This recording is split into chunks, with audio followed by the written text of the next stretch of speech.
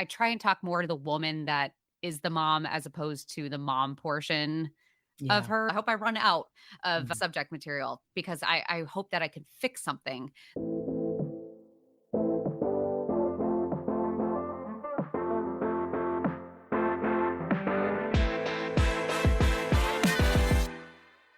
Welcome back to the show. Hope you're all having a wonderful week so far. So, we are knee deep in November, and I am excited that we get to share this episode that we have for you today. I had on the wonderful Mary Hendricks. Mary is the founder and creator of a blog, social media, and podcast that's titled The Very Mary Life. And she has really been someone who has broke down a lot of barriers as it relates to women who are creating content, blogging, creating social media. And she talks about very honestly about motherhood and a lot of the taboo topics that many other people just don't seem to cover. A lot of creators won't cover things like sex after marriage, not being head over heels after the birth of a child, and other struggles that we have in motherhood and rarely talk about. So I love this conversation with Mary today. She talks about how she evolved from posting mostly about fitness to then talking about motherhood and how she did all of this organically and how she never really planned to be somebody who was a creator or an influencer. But, those are the things that kind of came along with the popularity of her posting and people starting to follow her and starting to read her blog, her journey, and her posts. She talks about the difference of creating content for Instagram versus TikTok. She also talks about how she has really found her new passions and she's been leaning more into her podcast and her blog. This is a really interesting conversation. I loved how Mary focuses also on creating community. So I'm going to let you hear my conversation. We're going to jump right into it. Here we go. Mary, welcome to the show. Thank you. Thank you so much for having me.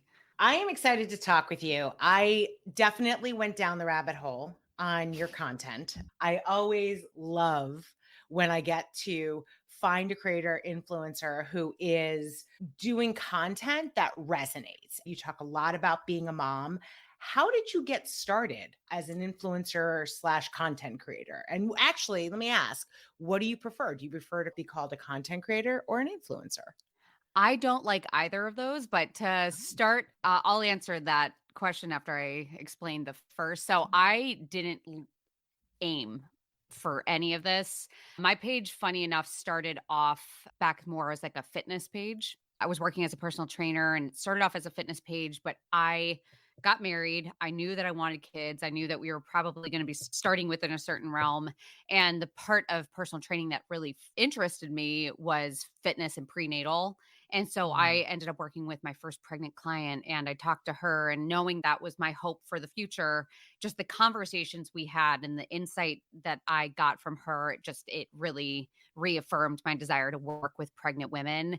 And I worked with more of them and I got to hear everything that they were going through. And I then ended up pregnant myself and I still stuck with the fitness route, but it didn't go anywhere. And then I had my daughter, my first. My world got turned upside down because that's just how it is. And I didn't do anything. I stopped working. I decided that it was financially better for me to be a stay-at-home mom. So I ended up doing that. And then I got pregnant with my second. And when I got pregnant with my second, it just got swallowed by Mm. this entirety. And I had no creative drive, but I loved being a mom. I loved pregnancy still. I loved fitness. I loved all these things. So I just got online and just started sharing more. But the things that really pushed me forward in continuing on was when I had my kids and noticing the lack of discussions that was happening. And I think the first insight that happened or where I realized it was when I had my kids, I didn't have love at first sight.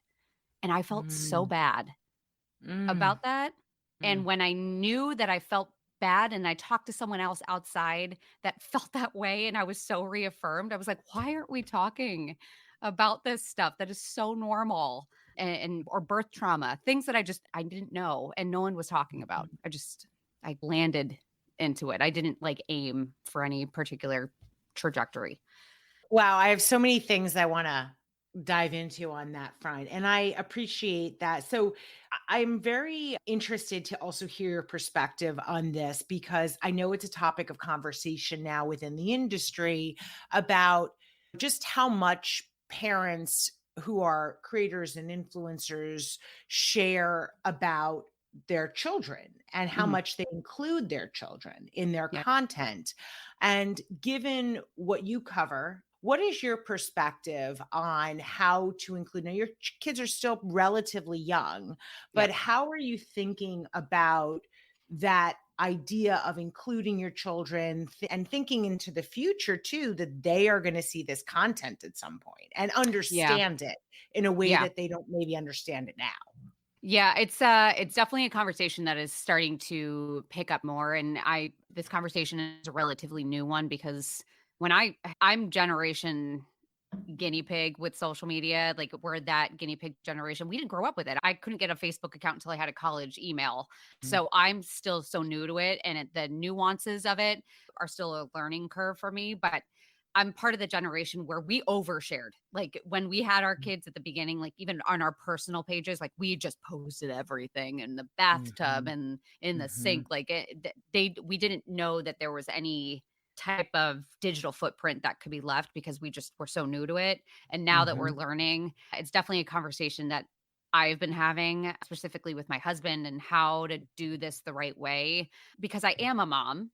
They are a part of my life. They are constantly around me, but obviously their safety is my number one priority. I think slowly I'm hoping to be able to get less and less. My kids, my older two kids out of my three, have more of an opinion. So I respect their boundaries. And I also don't want to be remembered as that mom that they're waking up first thing and me sticking a phone in their face.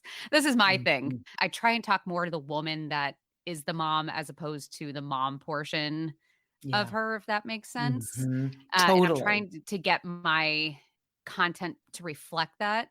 It's a very hard learning curve, but I'm trying to limit my older two. My youngest, who is always on my hip, she's just out and about. But I have my limits. Like I don't share medical anything, personal Mhm. information, any embarrassing stories, like none of that stuff. Not I will never put them in a bad moment and share a bad moment. I'll tell you about it later, depending on what it was, but I'm not gonna, record a tantrum or any of that Mhm. stuff. Yeah, yeah. And I appreciate the sort of balancing act that you have to make here. And I love what you said about how you're speaking to moms, but you're speaking to the part of her that is not about necessarily her relationship to her kids. It's more about who she is as a person. And her kids are a part of that. Yep. But it's more about who she is as a person. I don't want to put words in your mouth, but is that kind of a fair assessment of what you were articulating? Yeah, I want the woman at her core to be confident because that bounces off every decision. At the end of the day, every decision we make is based off of confidence. I think that is the most underrated skill we ever pass off on our children. But I think that so many of us need it and it reflects in every decision that we do as a parent. So Mhm. it's definitely talking to that portion the most because I think it's the doubt that we have that Mhm. makes us overthink everything. Yeah, and it's interesting because also I want to go back to something you said before about how when you had your children, it was not this kind of love at first sight. And I Mhm. remember back in when I was having my kids, and I'm older than you are, but there was a blogger named Deuce, Heather Yeah. Armstrong, who unfortunately very recently, I don't know if you know this, but she recently passed away. But No. she talked about this. She's more of my contemporary. And I remember vividly that she was having kids when I was having kids. Maybe she was a little bit ahead of me, but I remember her writing a post about after she had her second child and how she then understood the difference in terms of how she might feel Mhm. with both of those kids. And it was different. Yeah. And I remember thinking to myself, this is an honesty about motherhood that I have not seen or heard before. Yeah. And I was so grateful that there was somebody out there that was willing to talk about those things. So it sounds like you also are talking about these topics that are not traditionally talked about. We're supposed to have our babies and be in love, and it's like immediate. And it is very hard, especially as we learn more and more about the hormonal impact and postpartum depression and all of these other things. It's almost this extra load Yeah. that we Yeah. have to take on Yeah. as moms. Yeah, it Yeah. is. It's the thing that's pushed me forward, and it's the taboo subjects, the ones that make people uncomfortable are my favorite because they're uncomfortable for a reason. And Mhm. sometimes the relatable mom content has taken it's blown up, and I started off as that relatable AF mom. That was my tagline that I built everything else off of.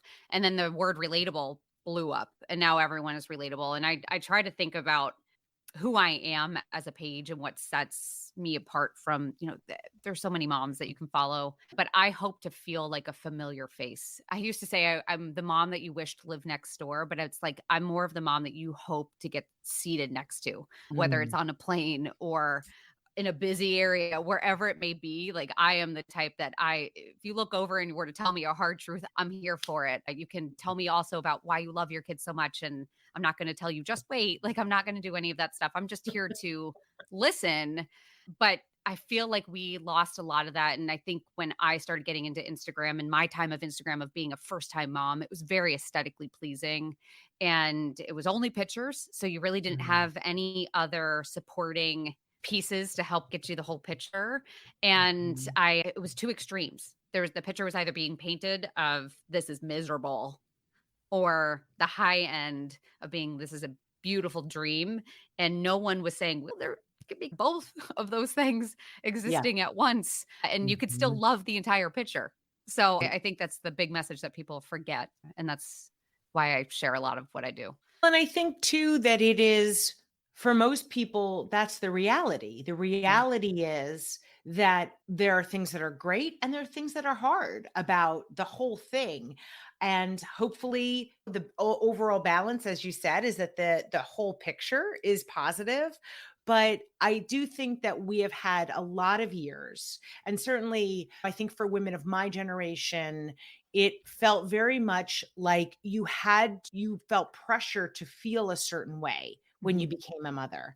And there weren't a lot of voices at the time. As I said, when I mentioned the one of the first influencers I started following years ago, that she was one of the first people to be open and say, "Hey, there may be other ways that you can feel, and it doesn't mean that you love your children any less. Yeah. It means that there are different ways. We're not all the same." And some things that I would love your perspective on this too.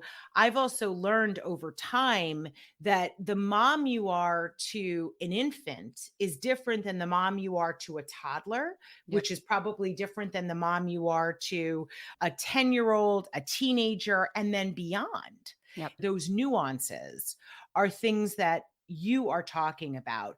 What is the reaction that you get from people when you post?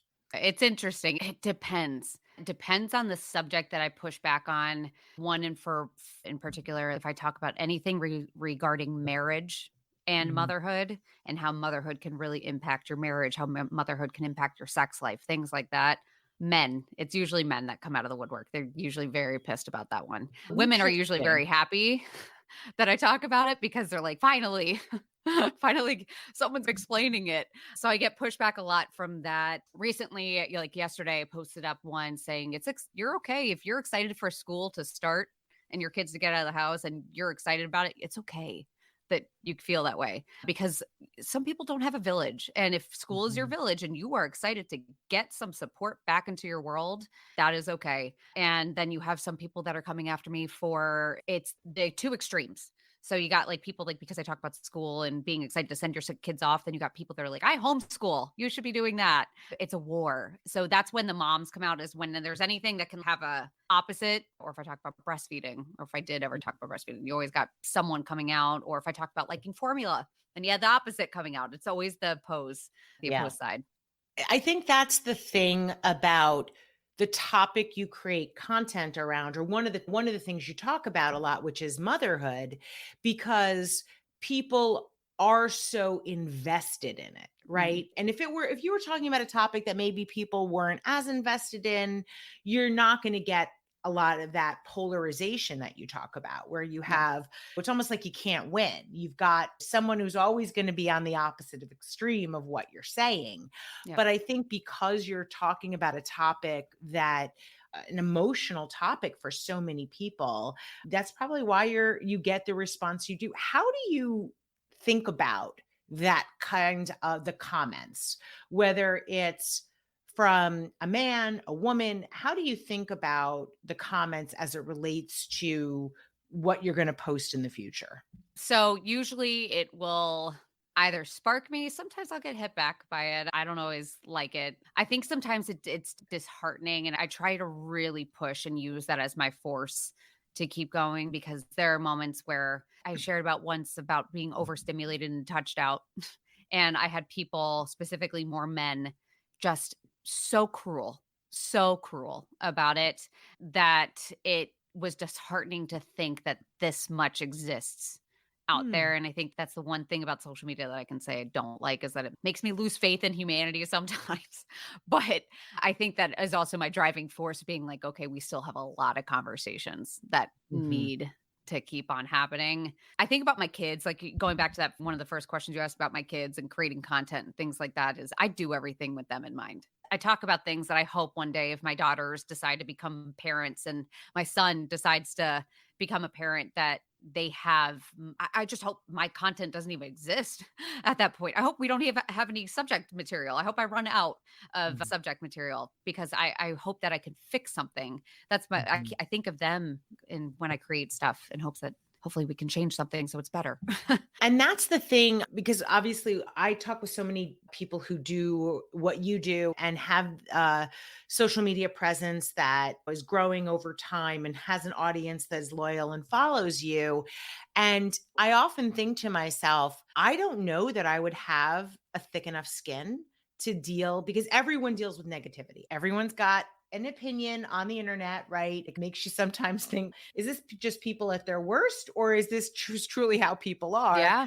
But I would love your perspective on the way that you think about the commenting, because it is hard. I know I was just talking with a content creator yesterday, and when people talk about her body, and she's Yeah. not even creating a post, let's say, about her body, it's about something completely different. It's about her love of a movie or something else. And Yeah. people jump in and start talking about her body, how incredibly demoralizing and hurtful that can be.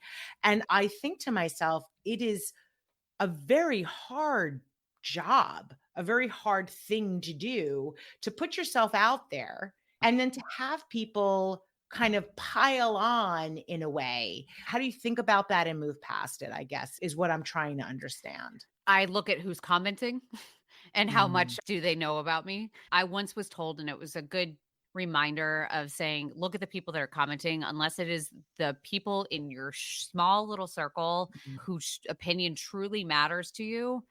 It doesn't matter. It really doesn't. Yeah. The biggest Mm, thing I've also tell myself is, what other people think of me is none of my business. mm, It's not my business. I know who I am, mm, and I know what I'm doing, mm, and I'm confident in it. mhm.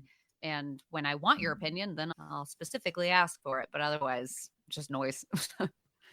Yeah, and I think that is a great perspective to have, and I wonder too, now that you're saying it, I think to myself, I guess if you're done this long enough, you've learned how to block out that noise and focus on what it is, the message that you want to put out. Yeah. And that gets me to my next question about how you think about content and how you think about your brand of what you put out. When looking at your content, I think that there is an authenticity there that probably very much resonates with your audience. How do you think about your brand?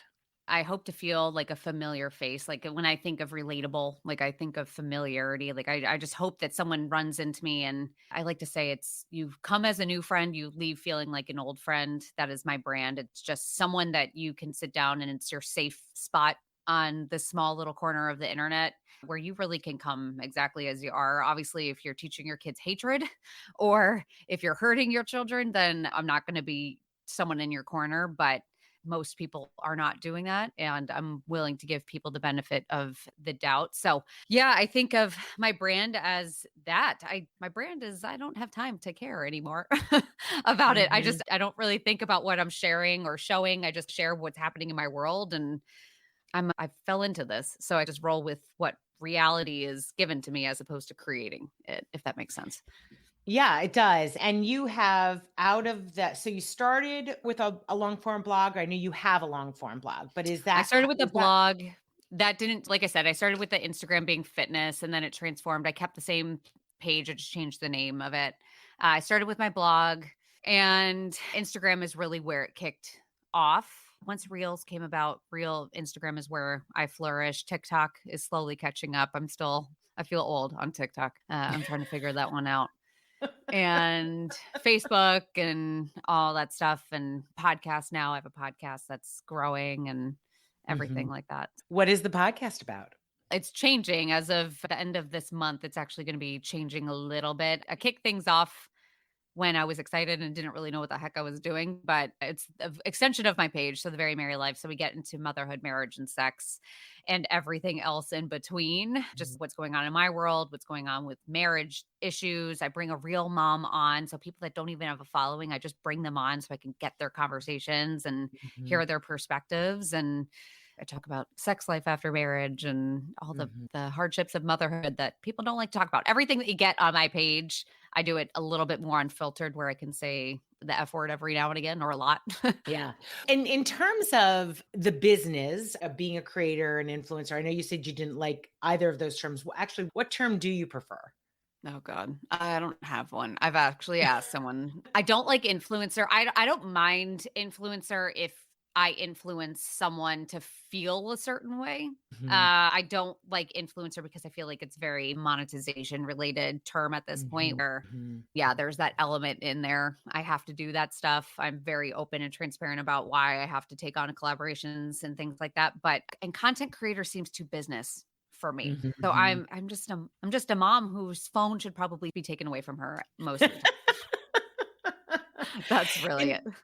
in thinking about where you see it going for, I know you said you've done some collaborations, you've Mhm. got the podcast, which can be monetized over Mhm. time.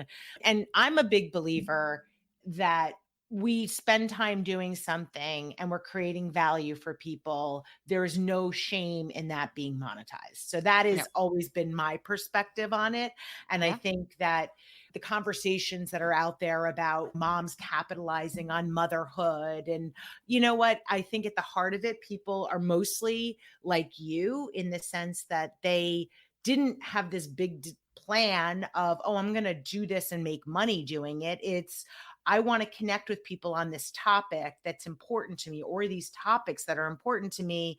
And this is a good way to do it. And then Yeah. things come from that. Right. Yep. Yep. So, in thinking about how you think about the industry, the monetization part of the industry, where do you think things are going?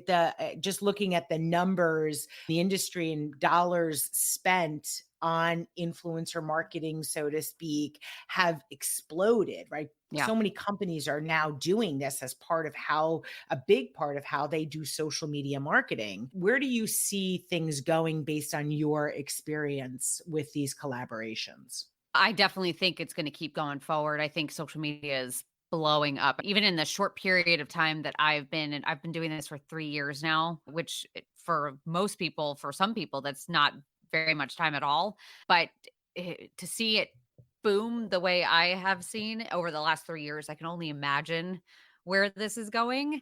I'll be curious to see if what new platforms come out and what ways this is Mhm. gonna be happening because I at some point Instagram is going to fizzle.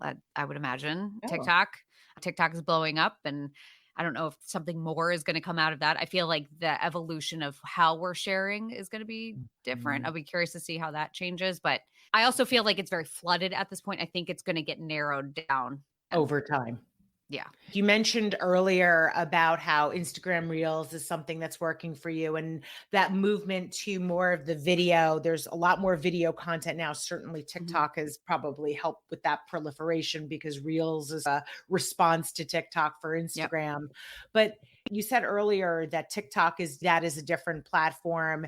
Is Instagram sort of your primary platform that you tend Yeah. to create content for and connect with people on? Yeah, I like Instagram's format with stories and being separate a little bit. I like the way Instagram has built out the way you view it. I understand Reels is more of like your business card. I could put a reel out that's not really talking about my day, but it's enough to just get eyes on my page. So that way, when they come, they can see my stories and really get to know me. I like that setup. TikTok, I Mm, feel like is so all over the place. And I think that's why I get lost a little bit where I'm like, should this be more scripted or should this be mm, more authentic? And should it be the mix mhm. of the two? I get very confused by TikTok because of Mhm. that, but I'm slowly figuring it out. Yeah, But yeah, Instagram's my primary. got it. Well, we can talk a little bit about where you see things going for you in the future. Where do you want to take this? Before the podcast, I never envisioned the podcast, but I would love to see the podcast do well. But I'm actually changing the name of my podcast. I'm renaming it so it's not as associated with my page. Right now it's called The Mhm. Very Merry Life Unfiltered, but I am changing the name and because I Oh, want it to be wow. its own thing. Yeah. That's awesome. Yeah, it was a big decision to figure that one out, but I don't want it to ride on my success, if that makes Mm, sense. I really want it to be its own separate entity. Obviously, it's always gonna be linked back to me. It's gonna be very in the theme of things, but I want it to have its own life and see what I can do there. So I'm doing that. I'm in the process of writing a children's book. So there's things like that. And I'm really hoping to really pour more into my blog at this point and really get more of a community effort involved into my blog because blogging wasn't my favorite thing because a lot of it sounds preachy and I am not an expert in anything. I want mhm, voices in there. I want mm. different voices. So we're opening things up.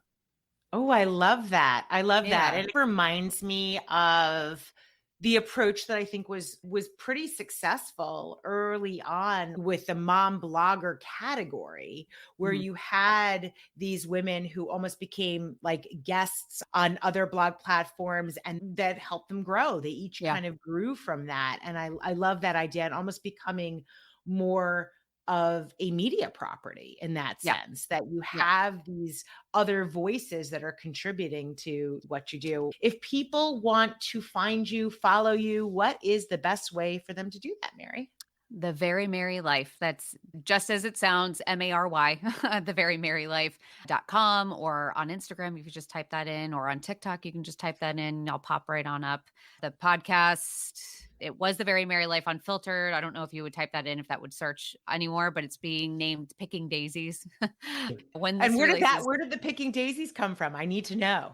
it's funny. Like I said, I tried to sever the Very Merry Life. I'm trying to sever things, but also keep it still correlated at some point. So a big part of my branding has always been daisies. I've always been drawn to daisies. I love them. They just make me happy. So a big portion of my branding involves daisies. And when going through different names and toying with this idea, I thought of my different branding and I thought of a daisy and I was like, I wonder if there's something I can do with that. And pushing daisies is dead people. So I was like, I'm not doing that. And I thought, and I then went in and searched what a daisy means because every flower has different meanings. And the daisy is known as the friendliest flower. And I didn't know this going forward. I didn't pick the daisy for this reason, but daisies are the most number recommended flower to give a new mom after childbirth or when she just in any portion of her motherhood journey. Ooh. And daisies in general represent a new hope for the new journey ahead. Mm, So it's everything tied together and every different color of daisy represents something different. Some like sensuality, mm. innocence, purity, like so many different things for each daisy color. And I was like, this is perfect because that way you pick a new daisy, whatever color you get, we're going to talk about. So I love it. I yeah, love that. I'm Thank pumped. you. I'm so glad that you gave that explanation because it shows how much thought goes into these things and hopefully will resonate with your audience and makes so much sense. So, Mary, thank you so much for spending this time with us. I really appreciate it and congratulations on the success and good luck on everything moving forward. Thank you so much. This was wonderful. My pleasure. Thank you for listening. If you're an influencer or a brand that wants to work with us, please feel free to email us at info@shespeaks.com. Until next time.